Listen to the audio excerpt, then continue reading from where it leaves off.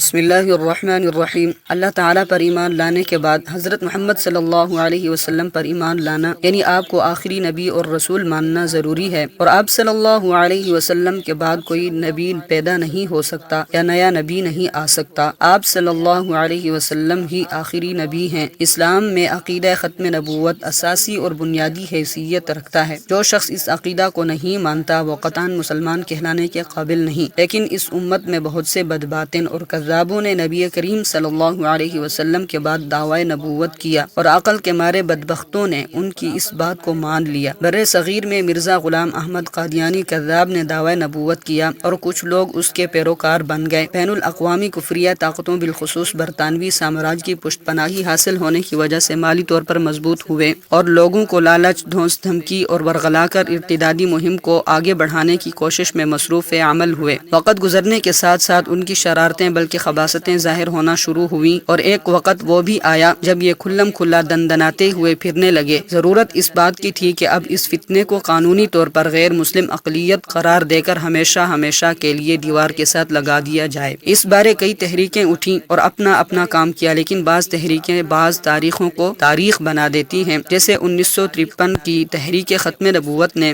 7 ستمبر 1974 کو تاریخ بنایا۔ اسلامیان پاکستان نے حصول آزادی وطن کی بنیاد کلمہ طیبہ پر رکھی۔ ان کے رگ و ریشے میں کلمہ طیبہ اپنی حقیقت و معنویت کے ساتھ موجود ہے۔ بھلا یہ کیسے ممکن ہے کہ کوئی اس کلمہ کے الفاظ و معانی اور حقیقت میں رد و بدل کر سکے؟ یہاں کے مسلمان غربت، کرپشن، مہنگائی، بے روزگاری اور اقتصادی بحرانوں کو سہ سکتے ہیں، لیکن اسلامی نظریات بالخصوص ناموس رسالت اور ختم نبوت جیسے عظیم الشان اور حساس موضوع پر مداہنت سے کام نہیں لے سکتے، حکمت کے نام پر بے حمیتی کا کسی طور پر اظہار نہیں کر سکتے۔ اس دعوے کی ایک دلیل 7 ستمبر 1974 کا وہ تاریخ ساز فیصلہ ہے جو عوامی طاقت نے جمہوری و سیاسی زبان سے صادر کیا۔ اس کا مختصر پس منظر یہ ہے کہ پاکستان کے سابق وزیر اعظم جناب ذوالفقار علی بھٹو کے دور حکومت میں 22 مئی 1974 کو نشتر میڈیکل کالج ملتان کے کچھ طلباء معلوماتی و تفریحی سفر کے لیے چناب نگر کے راستے پشاور جا رہے تھے کہ چناب نگر ریلوے اسٹیشن پر قادیانیوں نے اپنا کفریہ لٹریچر تقسیم کرنے کی کوشش کی، جس پر طلباء نے اس لٹریچر کو لینے سے انکار کیا اور ایمانی غیرت کا ثبوت دیتے ہوئے ختم نبوت زندہ باد کے نعرے لگائے۔ 29 مئی 1974 کو طلباء کا یہ قافلہ واپس ہونے لگا تو نشتر آباد اسٹیشن، جو کہ چناب نگر اسٹیشن سے پہلے آتا ہے، پر قادیانی اسٹیشن ماسٹر نے چناب نگر کے قادیانی اسٹیشن ماسٹر کو بتلایا کہ فلاں بوگی۔ چنانچہ خلاف ضابطہ چناب نگر ریلوے اسٹیشن پر گاڑی روک لی گئی۔ سینکڑوں مسلح افراد جس میں قادیانیوں کے قصر خلافت کے معتمدین، تعلیم الاسلام کالج کے طلباء، اساتذہ اور بعض قادیانی دکانداروں نے لاٹھیوں، ہاکیوں، کلہاڑیوں اور برچھوں کے ساتھ حملہ کر کے 30 نہتے طلباء کو شدید زخمی کر دیا۔ قادیانی اپنے ساتھ بازاری فطرت کی 300 کے قریب عورتیں بھی لائے۔ جب قادیانی غنڈے مسلمان طلباء کو مارتے تو وہ رقص کرتی اور تالیاں بجاتی۔ اسی دوران نشتر میڈیکل کالج یونین کے صدر ارباب عالم کو اتنے زور سے مارا کہ وہ بے ہوش ہو گئے۔ اس واقعہ کا پورے ملک میں زبردست رد عمل ہوا۔ 30 مئی 1974 کو لاہور اور دیگر شہروں میں ہڑتال ہوئی۔ 31 مئی 1974 کو اس سانحے کی تحقیقات کے لیے سمدانی ٹریبیونل کا قیام عمل میں آیا۔ 3 جون 1974 کو مجلس عمل کا پہلا اجلاس راولپنڈی میں منعقد ہوا۔ 13 جون 1974 کو وزیر اعظم نے نشری تقریر میں بجٹ کے بعد مسئلہ قومی اسمبلی کے سپرد کرنے کا اعلان کیا۔ 14 جون 1974 کو ملک گیر ہڑتال ہوئی۔ 16 جون 1974 کو مجلس عمل تحفظ ختم نبوت کا فیصل آباد میں اجلاس ہوا، جس میں حضرت بن نوری کو امیر منتخب کیا۔ 30 جون 1974 کو قومی اسمبلی میں ایک متفقہ قرارداد پیش ہوئی، جس پر غور کے لیے پوری قومی اسمبلی کو خصوصی کمیٹی میں تبدیل کر دیا گیا۔ 24 جولائی 1974 کو وزیر اعظم نے اعلان کیا کہ جو قومی اسمبلی کا فیصلہ ہوگا وہ ہمیں منظور ہوگا۔ 5 اگست سے 23 اگست 1974 تک وقفوں سے مکمل 11 دن مرزا ناصر پر قومی اسمبلی میں جرح ہوئی۔ 20 اگست 1974 کو سمدانی ٹریبیونل نے اپنی رپورٹ سانحہ ربوہ کے متعلق وزیر اعلیٰ کو پیش کی۔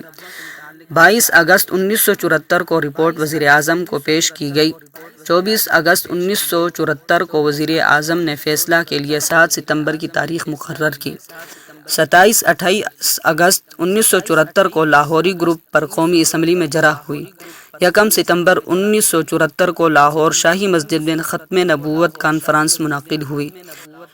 5-6 ستمبر 1974 کو اٹارنی جنرل نے قومی اسمبلی میں عمومی بحث کی اور مرزائیوں پر جرح کا خلاصہ پیش کیا۔ 6 ستمبر 1974 کو آل پارٹیز مجلس تحفظ ختم نبوت کی راولپنڈی میں وزیر اعظم سے ملاقات کا فیصلہ کیا۔ اس ساری کارروائی میں قومی اسمبلی نے 2.5 ماہ کے عرصے میں 28 اجلاس بلائے اور 96 گھنٹوں پر مشتمل نشستیں ہوئیں۔ تمام مسالک کی مذہبی و سیاسی قیادت نے اپنی اپنی حیثیت کے مطابق اس میں کردار ادا کیا۔ علماء دیوبند کے عظیم سپوت خصوصاً مفکر اسلام مولانا مفتی محمود اور آپ کے رفقا نے آپ کے رفقائے کار نے قادیانیوں کا لٹریچر جمع کیا۔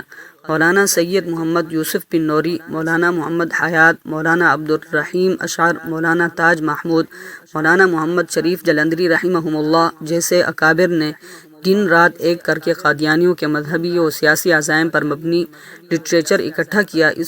اس محنت میں قادیانیوں کی مذہبی حصے کی ترتیب و تدوین مفتی محمد تقی عثمانی، سابق جسٹس سپریم کورٹ وفاقی شرعی عدالت نے، جب سیاسی حصے کی ترتیب مولانا سمیع الحق شہید رحمۃ اللہ علیہ نے اپنے ہاتھ سے کی۔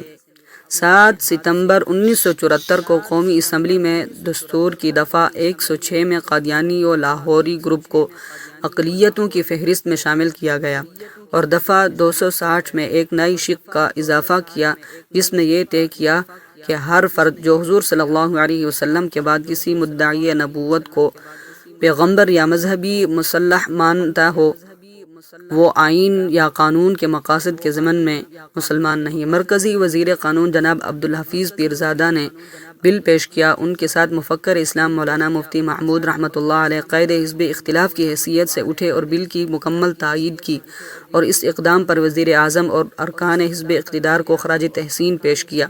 تقریباً 5 بجے اسپیکر قومی اسمبلی صاحبزادہ فاروق علی نے قائد ایوان ذوالفقار علی بھٹو کو اظہار خیال کی دعوت دی۔ بھٹو صاحب نے آدھ گھنٹے کے لگ بھگ تقریر کی۔ اس کے بعد بل کی ووٹنگ کا مرحلہ شروع ہوا۔ مرزائیوں کو غیر مسلم اقلیت قرار دینے کے لیے 130 ووٹ آئے اور قادیانیوں کی حمایت میں 1 ووٹ بھی نہ آیا۔ چنانچہ قومی اسمبلی نے اتفاق رائے سے یہ بل پاس کیا اور مرزائیوں کو ہمیشہ کے لیے غیر مسلم اقلیت قرار دیا۔ 7 ستمبر 1974 شام 7:30 بجے سینٹ کا اجلاس ہوا۔ مرکزی وزیر قانون جناب عبدالحفیظ پیرزادہ نے قومی اسمبلی کا منظور شدہ بل سینٹ میں پیش کیا۔ ایوان میں 2 بار رائے شمار ہوئی۔ قومی اسمبلی کی طرح سینٹ میں بھی سارے ووٹ مرزائیوں کے خلاف آئے اور 1 ووٹ بھی ان کے حق میں نہ آیا۔ 7 ستمبر رات 8 بجے ریڈیو پاکستان نے یہ خبر نشر کی کہ مرزائیوں کو قومی اسمبلی اور سینٹ نے متفقہ طور پر غیر مسلم اقلیت قرار دے دیا ہے۔ یہ اعلان سننا تھا کہ لوگ خوشی کے مارے سڑکوں پر نکل آئے، ایک دوسرے کو مبارکبادیں دیں۔ اس فیصلے نے جہاں اہلیان پاکستان کے دینی جذبات کی مکمل ترجمانی کی، وہاں پر پوری دنیا کے مسلمان اسلامیان پاکستان کی قدر کو بھی بڑھا دیا کہ پاکستان کے مسلمان حضور صلی اللہ علیہ وسلم کی ختم نبوت پر کسی کو ڈاکہ ڈالنے کی قطعاً اجازت نہیں دے سکتے۔ موجودہ حکومت ملک سے دہشت گردی اور تخریب کاری کو ختم کرنے میں سنجیدہ ہے، تو ایسے حالات و مشاہدات کے پیش نظر قادیانیوں کے اسلام و ملک دشمن سرگرمیوں پر کڑی نگاہ رکھنی ہوگی تاکہ اسلامی جمہوریہ پاکستان میں اہلیان وطن کے اسلامی اساسی عقائد کا تحفظ برقرار رہے اور ان کے جان و مال اور عزت و آبرو کا تحفظ بھی۔ اللہ تعالی ہمیں عقیدہ ختم نبوت کا تحفظ کرنے کی توفیق عطا فرمائے، آمین۔ وآخر دعوانا الحمد للہ رب العالمین۔